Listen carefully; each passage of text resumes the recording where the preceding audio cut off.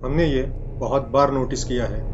कुछ अजीबोगरीब इंसिडेंट्स ऐसी जगहों पे होते हैं जहाँ पे वो इंसिडेंट्स होने का हम एक्सपेक्टेशन भी नहीं रखते। ऐसी जगह जो दिखने में इतनी सुंदर है, जैसे जंगल, पहाड़ियाँ, बर्फीली पहाड़ियाँ, बहुत ही सीनिक व्यू, जैसे कि हम बोलते हैं टूरिज्म वाला प्लेस है, वहाँ पे अचानक से कोई गायब हो जाता है। और जब उसकी डेड बॉडी मिलती है तो वो ऐसी हालातों में मिलती है कि जो इस दुनिया की नहीं लगती। मतलब कोई पैरानॉर्मल एंटिटी का उसमें हाथ है, किसी जानवर ने ऐसा शिकार किया है, या फिर ये किसी इंसान का ही काम है, ये हम देख के बिल्कुल नहीं समझ पाते।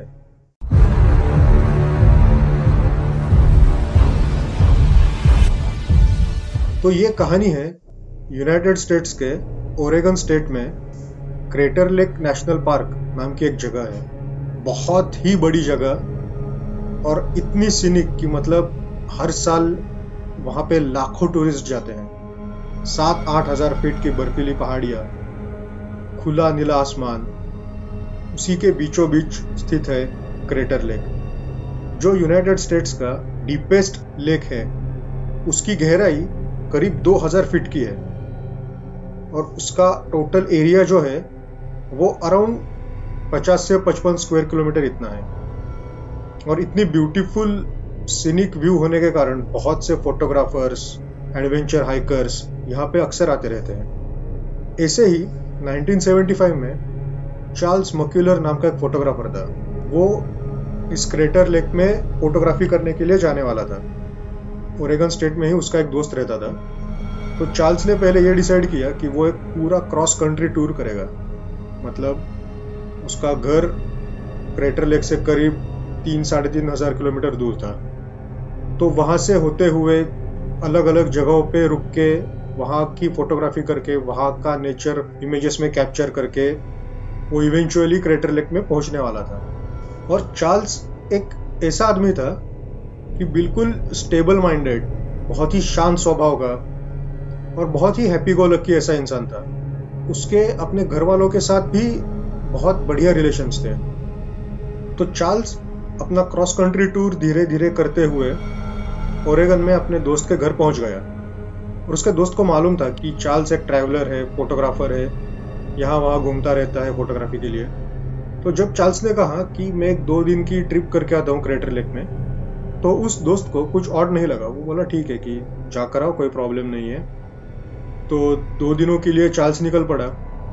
2 दिन आए और निकल गए, लेकिन चार्ल्स का कोई आता पता नहीं। उसके दोस्त को लगा कि मे बी चार्ल्स ने अपना ट्रिप एक्सटेंड किया होगा, वो जगह पसंद आई होगी या कुछ फोटोग्राफी के हिसाब से कुछ इंटरेस्टिंग मिला होगा उसे, तो उसने ट्रिप एक्सटेंड की होगी। अगले 2 दिनों के लिए उसके दोस्त ने ज्यादा ध्यान नहीं दिया। लेकिन आगे के 2 दिनों के बाद, मतलब पूरे 4 दिन, चार्ल्स का कुछ अता पता नहीं मिला। तो उसके दोस्त ने पुलिस में मिसिंग कंप्लेंट फाइल कर दी। पुलिस ने अपना सर्च ऑपरेशन चालू कर दिया। तो पूछताछ करते हुए पुलिस को बहुत से लोग मिले जिन्होंने चार्ल्स को देखा था। क्रेटर लेक के पास ही डायमंड लेक करके एक एरिया है, जो कि तकरीबन 40-45 मिनट्स दूर है क्रेटर लेक से। तो वहां पे डायमंड लेक के पास विटनेसेस ने उसे देखा था। तो पहले उन्हें यह लगा कि उसने शायद ट्रिप चेंज की होगी। पहले वो क्रेटर लेक गया, क्रेटर लेक से होके वो डायमंड लेक गया, और डायमंड लेक से वो फिर से मे बी आ गया होगा क्रेटर लेक पे। लेकिन दोनों तरफ, दोनों लेक का एरिया सर्च करने के बाद भी उन्हें कुछ भी नहीं मिला। और ये सर्च इतना बड़ा था कि मतलब पूरा डॉग स्क्वाड था उनके साथ, हॉर्स माउंटेड यूनिट्स थे पुलिस के, और हेलीकॉप्टर से भी सर्च हो रहा था। पूरा एरिया स्कैन करने के बाद भी उन्हें चार्ल्स का कुछ अता पता नहीं मिला। और उसी दौरान एक बड़ी रुकावट सर्च ऑपरेशन में आ गई कि बहुत भारी स्नोफॉल चालू हुआ। इतना कि मतलब कई जगहों पे 12 फीट तक स्नोफॉल हुआ था। अब प्रॉब्लम यह था कि इतना भारी स्नोफॉल होने के बाद जो पहले के फुटप्रिंट्स थे वो तो पूरे जा चुके थे। लेकिन अगर चार्ल्स अभी कहीं बाहर है, कहीं वो क्रेटर लेक के विल्डरनेस में है, तो इतनी भारी स्नोफॉल में वो कैसे सरवाइव कर पाएगा। ये सारी चीज़ें जब चल रही थी तब चार्ल्स के पिता भी वहाँ पे पहुँच गए।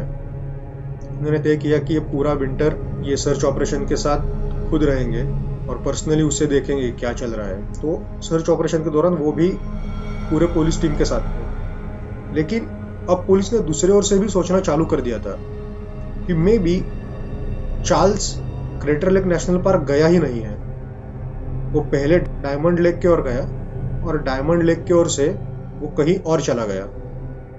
शायद उसे कुछ नई अपनी जिंदगी चालू करनी होगी घर वालों से, या उसके पर्सनल कुछ सर्कमस्टेंसेस की वजह से उसे नई जिंदगी चालू करनी होगी, कोई प्रॉब्लम होगी उसे, इस वजह से इसने ये सारा प्लान किया।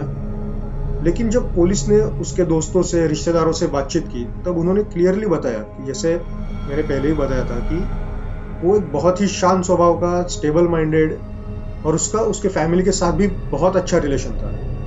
तो पुलिस ने वो पॉसिबिलिटी भी कैंसल आउट कर दी। अब एक ही ऑप्शन रह गया था, जो कि किडनैपिंग या उसका शायद मर्डर हो चुका था। तो पुलिस ने उस डायरेक्शन में फिर से पूरा ऑपरेशन चालू किया, सर्च ऑपरेशन चालू किया, इन्वेस्टिगेशन चालू किया कि मे बी उसका मर्डर हुआ है या उसे किसी ने किडनैप किया है। लेकिन पूरा 1 साल इन्वेस्टिगेट करने के बाद भी उन्हें कोई पक्का सबूत नहीं मिला कि उसके साथ कुछ गलत हुआ है। 1 साल बाद यानी 1976 में 2 हाइकर्स उस एरिया में कैंपिंग के लिए गए थे। वहां पे उन्हें कुछ खराब हालत में एक बैकपैक मिला जिसमें बहुत सारी चीजें थी, जैसे कि कार कीज थी, खाने का सामान, ऐसी बहुत सी चीजें थी, हाइकिंग की चीजें थी। और ये ऐसी जगह थी जो चार्ल्स को लास्ट देखा गया था डायमंड लेक के पास, उधर से 25 से 30 किलोमीटर दूरी पे थी ये। तो उन्होंने पुलिस को तुरंत इन्फॉर्म कर दिया कि ऐसी ऐसी चीजें हमें मिली है। पुलिस जब वहां पे पहुंची तो उन्हें फोक्सवैगन कार की कीज मिली, और जब वो कार का मॉडल और जो चार्ल्स के पास कार का मॉडल था उसे मैच किया तो उन्हें पता चला कि वो सेम मॉडल है। तुरंत ही पुलिस ने एक पेरीमीटर सेट किया और चार्ल्स के लिए सर्च ऑपरेशन फिर से चालू कर दिया। 2-3 दिनों में ही उन्हें चार्ल्स की बॉडी मिली, या कहे चार्ल्स की बॉडी के कुछ पार्ट्स मिले। अब ऐसा था कि जो एविडेंसेस मिले थे वो खुद में ही एक मिस्ट्री थी कि ऐसा क्या हुआ है। लेकिन पुलिस होप कर रहे थे कि अगर बॉडी मिल जाए तो हमें पूरा ये सिनेरियो क्या है समझ में आ जाएगा। लेकिन हुआ उल्टा ही। जैसे ही चार्ल्स की बॉडी, या कहे चार्ल्स के बॉडी के पार्ट्स मिले, तो ये मिस्ट्री और भी ज्यादा गहराती चली गई। सबसे पहले पुलिस को एक लकड़ी के ऊपर एक जीन्स रखी हुई दिखाई दी, लेकिन स्ट्रेंजली उसके आजू बाजू में कुछ भी नहीं था। मतलब सिर्फ जीन्स थी, ना जीन्स के ऊपर कोई धड़ था, ना टी शर्ट, कुछ भी नहीं था वहां पे। और जब पास जाके देखा तो उन्हें यह दिखाई दिया कि जीन्स के नीचे सॉक्स लटक रहे थे।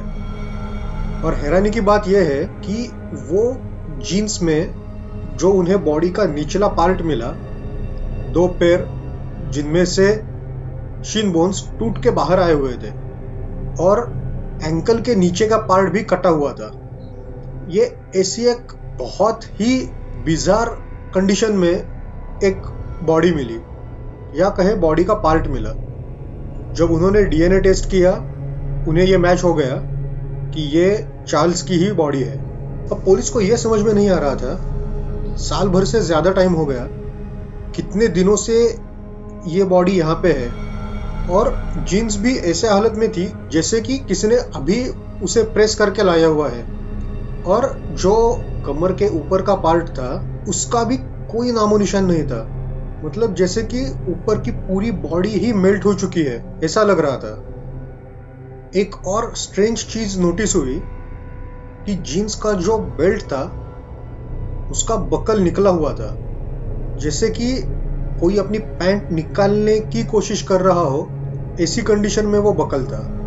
तो पुलिस को अब ये भी नहीं समझ में आ रहा था कि चलो मान लीजिए कि अगर चार्ल्स को हाइपोथर्मिया हुआ है, तो हाइपोथर्मिया में एक कंडीशन ऐसा होता है कि बॉडी का कोर टेम्परेचर इतना ज़्यादा कम हो जाता है कि ब्रेन फंक्शनिंग करना बंद हो जाता है और उसे लगने लगता है कि उस बॉडी को गर्मी लग रही है, इसलिए वो अपने कपड़े उतारना चालू करता है। ऐसी बहुत सी हाइपोथर्मिया की केसेस में देखा गया है।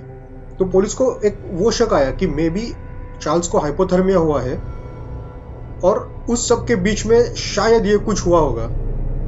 आजू बाजू में थोड़ा सर्च करने के बाद पुलिस को चार्ल्स के स्कल का एक पार्ट मिला, मतलब आंखों के ऊपर का पार्ट जैसा रहेगा स्कल का, वो मिल गया। लेकिन बाकी कोई भी नामो निशान नहीं था। जो उसका फटा हुआ बैकपैक मिला था या उसके जीन्स से बाकी कोई भी बिलोंगिंग्स नहीं मिले उसके, जैसे कि उसका कैमरा, हाइकिंग गियर्स, वॉलेट, कुछ भी नहीं मिला। तो अब ऐसा पॉइंट आया था कि कोई भी क्लूज के डॉट्स जुड़ नहीं रहे थे एक दूसरे से। मतलब इतना ज्यादा हेवी स्नोफॉल हुआ था जब सर्च पार्टी इन्वेस्टिगेट कर रही थी।